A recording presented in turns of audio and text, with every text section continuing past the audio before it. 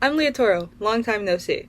So, I've been gone for a while, my apologies for that, and ideally I'm getting this video to you in the start of April, maybe, instead of, I don't know, the 30th.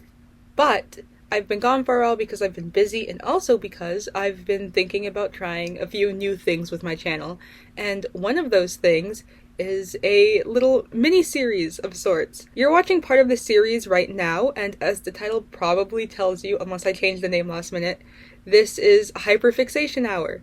This is an entire new subgenre of videos in which I actually don't script anything, because everything I'm talking about, I have all of the information in my head, and the only thing I have to do is regurgitate that information to you without going on like 87 different side rants and rambles, because that's like my biggest challenge. It's literally just an ADHD ridden nightmare where I just talk about a thing that I like or that I'm really into or that I have like spoken to myself about for like 14 hours in the corner of my room or while pacing up and down my house.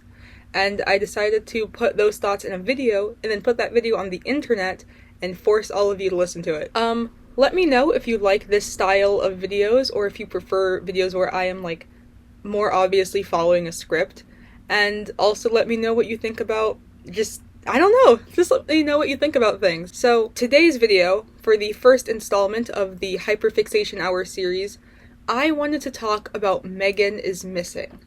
So Megan is Missing is this 2011 found footage horror movie PSA hybrid created and directed by Michael Goy. The movie works as a horror-based cautionary tale of talking to strangers on the internet and the importance of remembering the idea of stranger danger. In this movie, we follow, I believe, 14-year-old Megan, who lives a very promiscuous, hypersexual lifestyle for a middle schooler, or anyone in general, honestly, who is honestly very much taken advantage of by everyone around her. Her home life is unstable.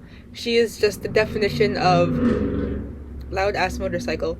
She is just the definition of wrong side of the tracks, bad girl, etc., who goes missing after getting into contact with a mysterious online figure named Josh, who is very much a grown man pretending to be a boy around Megan's age to lure girls in. Shortly after Megan goes missing, her best friend and polar opposite Amy, who is this Christian girl Autumn, very pure, very innocent girl, goes missing shortly after, whilst investigating her best friend's disappearance. The entire movie is us following the girls in the months and weeks leading up to Megan's disappearance, and the conversations they had that are archived by the girls' online video chats, and it's a mockumentary made up of the girls' conversations that are archived via their video chat, alongside any kind of videos that can be found of the girls, so videos recorded by Megan's friends or from Amy's handheld camera and Amy's desktop computer that one time. And whilst I'm pretty sure this sounds like a vaguely interesting premise, especially for a found footage horror movie, Megan is Missing sucks ass. Like, this is one of the worst movies I've ever seen.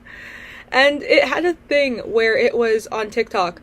It had a thing where every few months people would rediscover the movie and they'd watch it and they'd realize that the last 20 minutes is where things get interesting, and so everyone would post their reactions to that and talk about how traumatizing it was, which, understandable, and then the hype would die down, people would forget it existed, and then it would come back again, and the entire cycle would just repeat itself, and at the end of each cycle, everyone would agree that this movie just sucked ass in every department, and then they'd move on. But you see, whilst I admitted that this movie sucks ass in every department, I haven't moved on. For some reason, a part of my brain is really desperate to like this movie. I think it's because a part of me genuinely really enjoys Megan and Amy's bond and their, existence as friends. And so I feel like there was so much wasted potential in how they interacted and everything about their characters. So ever since I watched this movie, a year ago, every day I have been thinking about ways that this movie could have been better and how this movie could have been great. Because I ever so desperately want people to also semi-enjoy this movie. So I've created a version of this movie in my head that I like to pretend everyone else has seen, and then I realized that that was kind of a little insane. So I've decided to make a video where I sat down and kind of not only took apart Megan is Missing and talked about my gripes with the movie, but also insert ways that I felt this movie could have been made better. And I guess give you my really big Megan is Missing AU. And that's legitimately what this entire video is about. So, this is a video about Megan is Missing. So the same trigger warnings that apply to the movie apply to this video, because so much of it is crucial to the story that I can't really dance around it. I won't be saying anything too graphic, but just general trigger warnings. I'll put them all on screen actually, there's a lot of them. Anyway, let's start with what has to be my biggest issue with Megan is Missing. So, like I had mentioned earlier, Megan is Missing is a half PSA, half a horror movie. And it happens to be my absolute favorite subgenre of horror movie, which is found footage horror. I know I don't talk about like movies on here a lot, nor do I talk about horror movies anywhere a lot, but I love found footage horror movies. It is my favorite subgenre of horror movie. It's something about almost getting motion sickness every time something happens, and just the sheer disorientation that I feel watching these movies half the time, and the first person perspective really adds something to the experience for me in a way that typical cinematic shots and movies just don't do for me. And Megan is Missing also happens to be one of my favorite subcategories of found footage horror movies, that being mockumentaries. So, like the name implies, a mockumentary is a mock documentary. The movie is made in the style of your typical documentary, this being either a mess of stitched together clips that are meant to kind of analog and catalog a series of events, or it is like trying to be an actual documentary in which we are seeing characters, like, you know, intervene and give their own opinions on things as they're happening. You know, little like interviews, kind of Real Housewives-esque in between the action. And Megan is Missing, somehow, despite having, I think, two of the best parts of horror under her belt, specifically for the kind of story she's trying to tell, manages to fall flat because she's just doing it wrong. I say it like it's Megan's fault, but what I'm trying to say is that the mode of storytelling used in Megan is Missing is like one of its biggest faults. So when I was thinking of how I'd explain this to people, I ended up going on like 20-minute rants about nothing for a really long time every time I told it. So to boil it down, I'm going to bring two other found footage horror movies that I feel like are somewhat adjacent to Megan is Missing. That being that being Spree and the Poughkeepsie tapes. So, Spree is a found footage mockumentary-styled horror movie about this guy, Kurtzworld, who is a wannabe internet celebrity. He is obsessed with numbers and obsessed with the influencer lifestyle and wants nothing more than to be a famous influencer, but nothing he's doing is getting attention. And so, his new greatest scheme to make sure that his numbers reflect his worth is that he live streams himself operating a Uber Lyft-esque driving service in which he murders every single innocent person and one white supremacist that gets into his car. The movie is, at the end of the movie, it's revealed that the in-universe version of the movie, which, okay, that's a really convoluted statement I just made up, but basically the in-universe movie as it exists, as in how this movie that we are watching exists inside the Kurtzworld Spree universe, is that a forum becomes really infatuated with Kurt, and one of the members decides to go through his entire social media history and splice together a bunch of clips in which he's both like either being himself or explaining his methods, as well as parts of the live stream, etc., and putting all of that together to create the movie that we end up watching. So Spree in of itself is a mockumentary, whilst the Poughkeepsie tapes is, I feel, the closest to Megan is Missing, in the sense that it is about a serial killer who goes around and would record himself attacking, and would just go around recording himself attacking and murdering his victims. And near the end of the movie, we get this, we get introduced to his quote-unquote favorite victim, which is this young girl whom he keeps in his basement as kind of his prized possession and main focus, and we see like the tapes that he has recorded of her and her capture. Both movies are really good, by the way. I genuinely recommend them to people. I'd say look up a few trigger warnings first, because some of them, like, deal with some heavy stuff, but they're both really good, and Spree is really funny. But the reason I bring this up is because I feel like in terms of storytelling and how they format the story as far as mockumentaries goes, Spree is the closest to Megan is Missing, in the sense that what we are watching is just a compilation of clips of the girls that are meant to tell us the story, but just do it in the most boring, nonsensical way possible.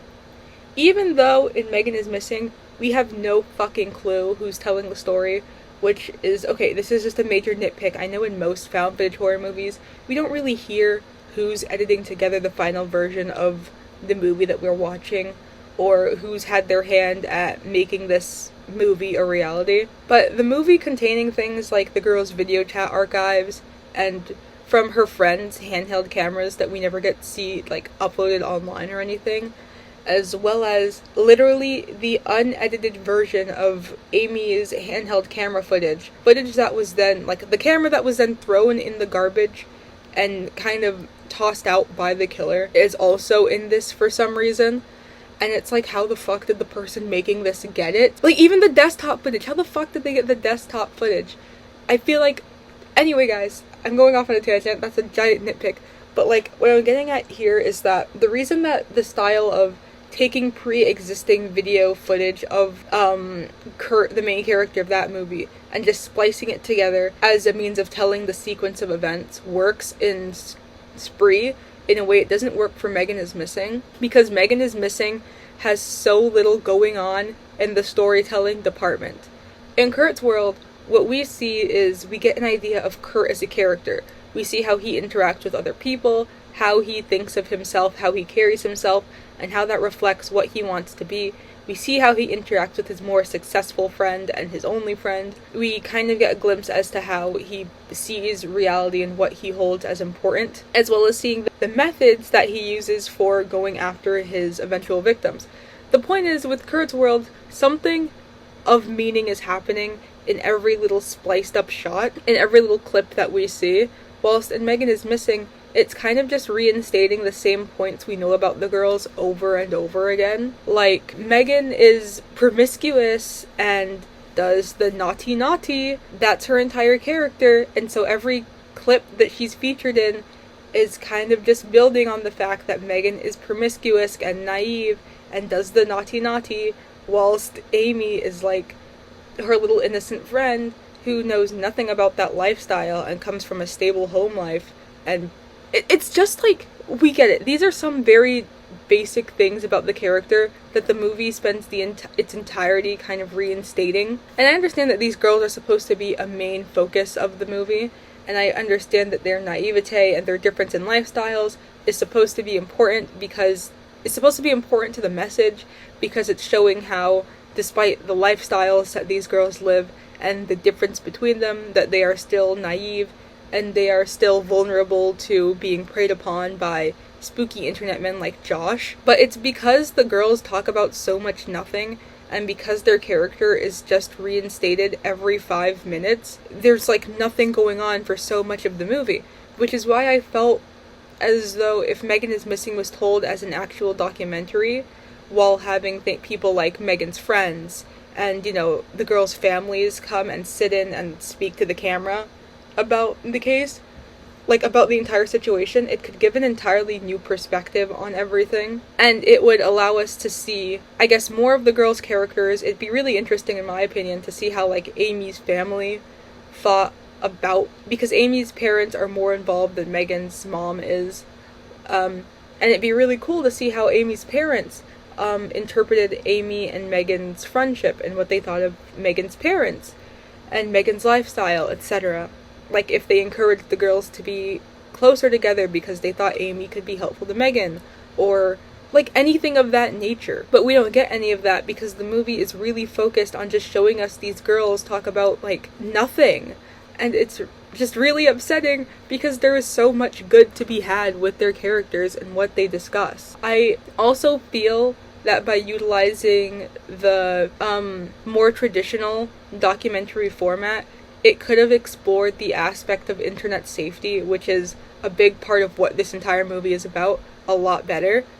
I mean, yeah, the video chats were definitely a way of storytelling, but it was also the most boring and the most limited, because unlike webcam horror movies like Unfriended, all the action isn't happening behind the webcam. The webcam is kind of just this weird in-between of conversation and in-between events. If anything, the webcam in Megan is Missing is kind of used to summarize things that happened off-screen that we didn't get to see because we're limited to a webcam. And ignoring the fact that I don't fully understand how they would get, like, so many archives of the girls' conversations via webcam, and without completely changing what we use to tell the story, having it being told from a typical documentary perspective would allow us to have scenes of maybe Amy and Megan's parents looking through the girls' social media profiles, and maybe we can see like Josh's profile and how empty it was, as well as seeing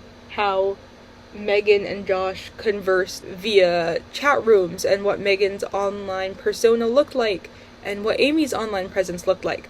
All things that would have greatly contributed to the story that we just don't see because the movie wants us to watch video chats where Amy asks for a dick-sucking tutorial. Like, come on, be serious. There's no way that this is what we're, limited to. It's just, telling it solely through webcam, to me, was really annoying, not just because it was super limiting, but because it just was so, lessened all the impact, and it didn't allow us to get any kind of new perspective on characters or the world that these girls are living in. And it just, I don't know, it just totally ruined a big part of what could have made the movie interesting and in building the tensions. Josh not having a webcam was important because it showed that he wasn't a real person, alongside his video camera being, off the entire time, and his profile just being one photo. But it'd be cooler if we could see that his profile was just one photo, and that he had really limited interactions with anyone else. More stuff to instate the fact that he is not a real person and that these girls are being played for fools. But that's besides the point. So in short, I think if Megan is Missing used a different way of mockumentary-esque storytelling, it could have made the movie 87 times more interesting, and I'm at least 7% sure of that. On to my next gripe with the movie. So my next biggest problem with Megan is Missing is the characters themselves.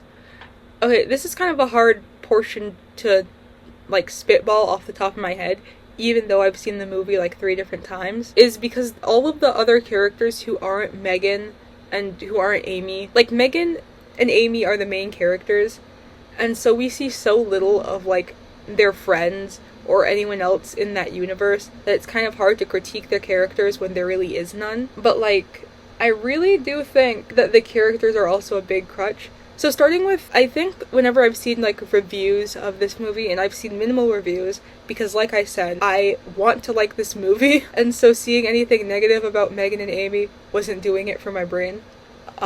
So like I said earlier, I actually like Megan and Amy as characters.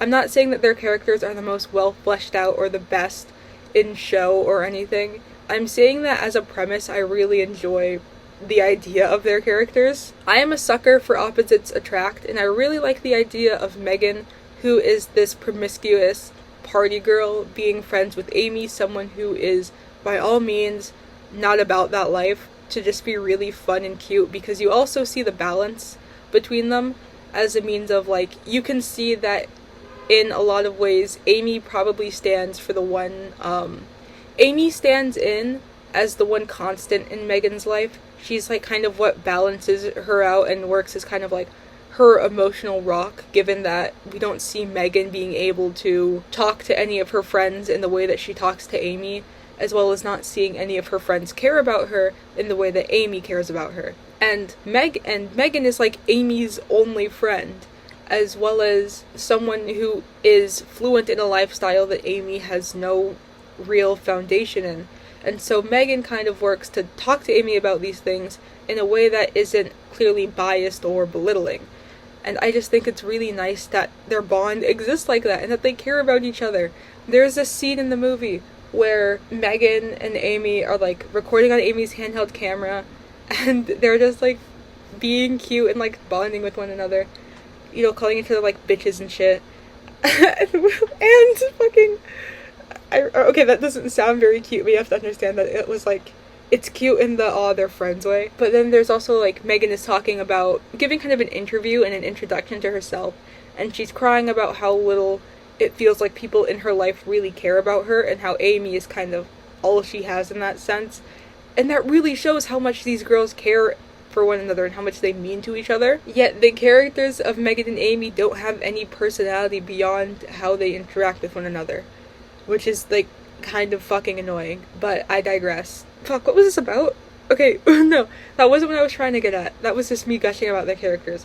What I meant to get at was how Amy and Megan's characters fit into the very limited Megan is Missing universe. In terms of characters, we have Megan, Amy, Megan's mom because Megan's dad is in prison. We have Amy's parents. Well, we have Amy's dad. I don't really think we see her mom. And then we have Megan's friends who are all party girls, and then you have the older men and women that Megan is acquaintanced with for things like drugs and sexual favors and parties, etc. One thing that's explained is that, so one thing very important to both of their characters, like I said before, is that both girls are very naive, despite the differences in their lifestyles and what you would assume they would know is right and wrong in the world. Because of the difference in their lifestyles, doesn't matter because they're both like 14 and fucking stupid. One thing that we see very early on in the movie is that Megan's friends do not like Amy. So one thing that I don't know, this felt like minor, but to me it makes sense. One thing that I felt needed to change about their characters, like if anything, is their ages.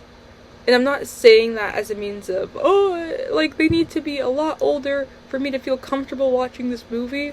I mean, like for the sake of convenience, and I guess for the sake of emphasizing certain things in story, their characters should be in different grades. Not even just different grades, but different schools. So in my head, so Megan would be 15, and so she'd be a freshman in high school. No, Megan would be, oh my god. Megan would be 15, and so she'd be a freshman in high school, and Amy would be 14, and thus a senior in middle school. And so they would be in, you know, different schools. This makes sense to me, because having having Megan be in high school as opposed to middle school like she was before, to me it makes more sense as to how she would end up becoming friends with so many seemingly older girls and older guys, because it makes more sense for a high school freshman to know, you know, sophomores who know juniors, who would know seniors, who would know college kids, who would know adults, etc., rather than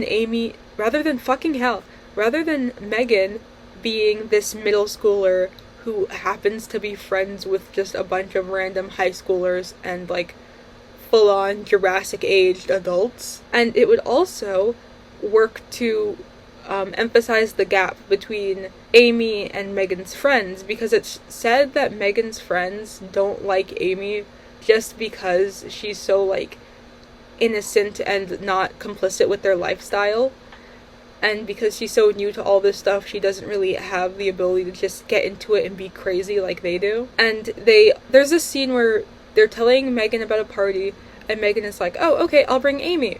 And they're like, why the fuck are you bringing that literal baby around? And I think having fucking Amy be in middle school would really add to that, because it's a greater reason for them to not like Amy as a person, because they wouldn't know her because she's in middle school, and also a bigger reason for them to believe that Amy is a drag because Amy is in middle school. To them, she is like literally a child. So I think their ages should be changed. And going back to my changing of formatting, where I feel like it should be told more like a traditional documentary, this could do great things for Megan's friends and introducing Megan's friends, because oh my god, it'd be so cool to see how they talk about their relationship with Megan.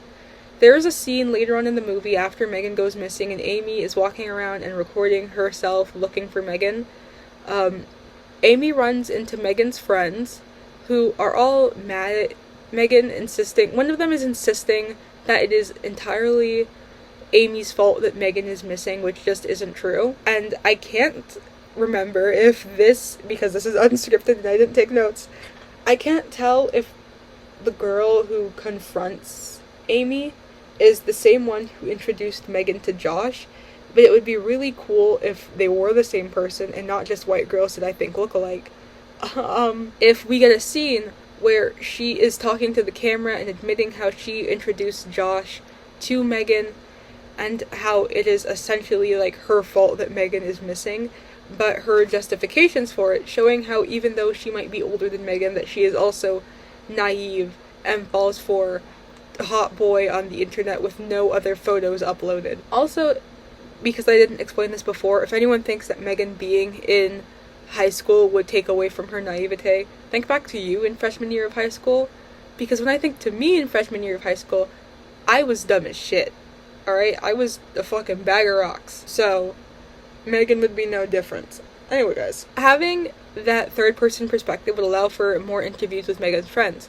We could see how they think about their party girl lifestyle, if this is all they know as it is to Megan, or if it's a coping mechanism as it is to Megan, as well as seeing how they perceived their bond with Megan, and why they had a distaste for Amy, saying how, like, I don't know, maybe we could have a scene where that exact same girl is talking about how she loved Megan, but it was very clear that Megan didn't reciprocate her level of friendship because she had Amy, who was there for her on an emotional standpoint where she was not, which is a big reason as to why she doesn't like Amy. And that could be a reason as to why the other girls don't like Amy, because the leader of their posse also doesn't, because their leader of their posse doesn't like Amy either. See how good of a storyteller I am, you guys? Oh my god. Michael Goy, remake the movie, hit me up, we could make great things. Fuck, my nose, dude, oh my god. I also feel like it'd be more interesting to see, like, Megan and Amy's parents reacting to the entire case. Throughout the movie, we don't see... Megan's mom is already very not involved, and Amy's parents aren't involved either, but not in the sense where it feels like they don't care, but more in the sense where it's like they just don't know that all of this is happening. So seeing their reactions to the girls' internet presence and the entire situation would be really interesting. In my head, when I was imagining this as like a remake, I saw a scene where Megan's very disengaged mom, like, it hits her that this mysterious guy online who they can't find has taken her daughter, and she just let it happen, and we get that moment of like where she regains some humanity, and she kind of like breaks down because she realizes that she now has no one because her husband's in jail and her daughter is like missing, well, dead, and I don't know, that would be like really cool to also see like a standoff between the parents as they try and pass blame back and forth between each other, trying to say whose fault it has to be that both of their daughters are now like dead and gone, which I think might make me sound a little heartless and insane, but I feel like it would add to the realism aspect that Michael Goy was going for, where we're seeing like the reality and the aftermath of this kind of situation, and that would be like some gut-wrenching shit. Speaking of aftermath and gut-wrenching shit, something that really pissed me off on like my third watch of this movie is how little Megan exists post-capture. Like, okay, I'm not one for torture porn in movies, and it's like just not my thing. I don't really like it. Even when I watched the Poughkeepsie tapes, I didn't know that it was going to have some of that in it. And I can even show you like an Instagram story I had posted the day I had watched that movie, because I didn't read a synopsis or a warning list. I kind of just pressed play. I'm not one for torture porn, and I'm not saying I'd like to see more torture porn in this movie. It's already an exploitative film as is. But what I'm saying is that, like, we don't see anything of Megan post-capture besides the, like, singular photo and then her corpse at the end. But I'm saying this as and I get that maybe that was an artistic choice to kind of create this, I forgot the word, but this elusiveness, I guess, where you're left to wonder and fear, oh god, what did they do to her after she was taken? Like, I know we took the photo, but what else could have happened to her? But, like, I feel like there's more that could have been done with that to make it a little more scary, a little more impactful. So for anyone who hasn't seen the movie, but for some reason is watching this video, in the movie, after Megan's capture, it is told that a photo of her was found on some dark fetish site online, in which she was put in this, like, weird saw-like contraption, and it was, like, a photo of her, and she has, like, fear in her eyes and all that jazz, and she essentially gets snuffed. And that's, like, that's scary as a concept, that's unsettling as is, but I feel like if the movie had wanted to use the, like I said, more documentary-style turn, it could have been a really cool way of exploring. Hi, so I'm literally editing this video right now, and this entire portion of the video was just me going, guys, I'm not weird, but I think this should happen. And I couldn't get a single word out because I was constantly trying to explain to people that I'm not strange. It's just that from a horror movie perspective, this would have been creepy as shit. And so I'm just re-recording this entire part, so bear with me here. Essentially, what I think would have been really cool, especially to utilize the, dark kink fetish websites that Megan was posted to, is in the Poughkeepsie tapes, there is this character. I genuinely forgot her name, but there were thousands of tapes that Poughkeepsie had on her because he was completely infatuated with her for whatever reason. And I think having Josh, the character in Megan is Missing, having a similar obsession and infatuation with Megan would be super interesting. And it doesn't even have to be a thing where, like in the Poughkeepsie tapes, he just uploads and takes a bunch of photos of her, while he has her captured. But I mean, have this be some kind of long-standing thing. Like, because Megan lives a very party girl lifestyle, she goes to a lot of house parties. I'm going to assume she goes to a lot of parties that also take place outdoors and in the woods because they live in this, like, woodsy town area. Okay, so what I'm saying is that it would be really cool to see a more documentary-style aspect, a more documentary-style perspective be taken, and we see detectives kind of going through Josh's account that, he posted that infamous picture of Megan on, and seeing how he was in forums, because these sites usually have forums where people talk about things.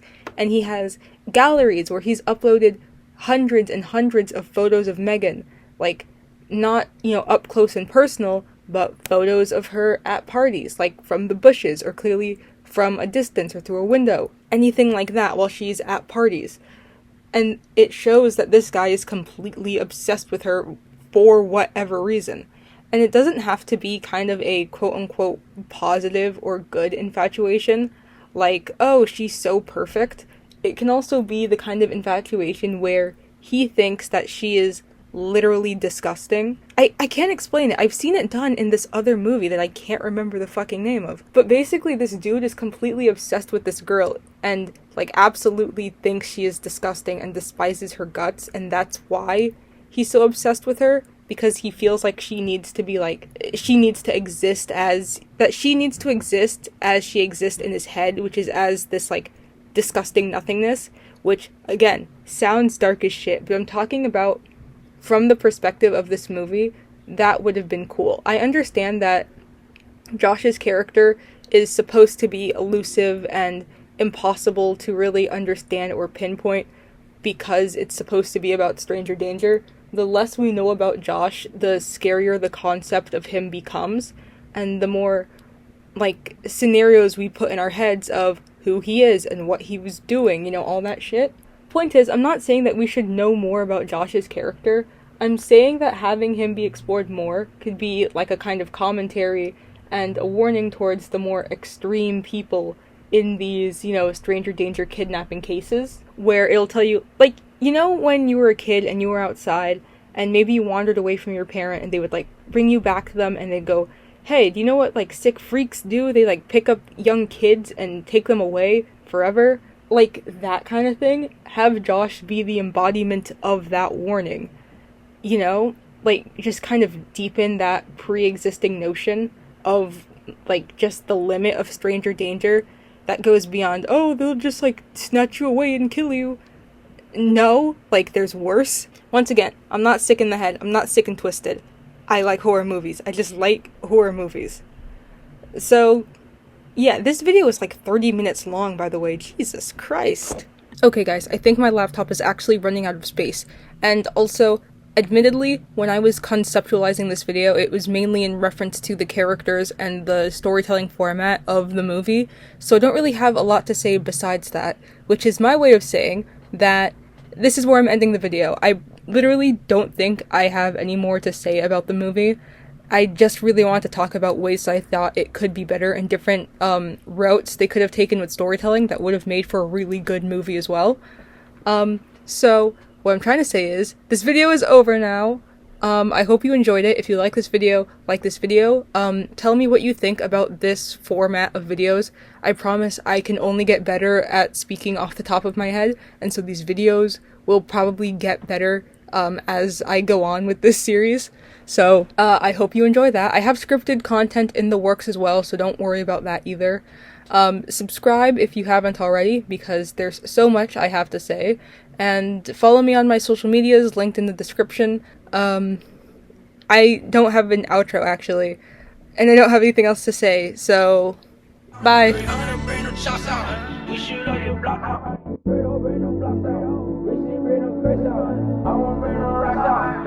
Wanna stay up, but you know they been out.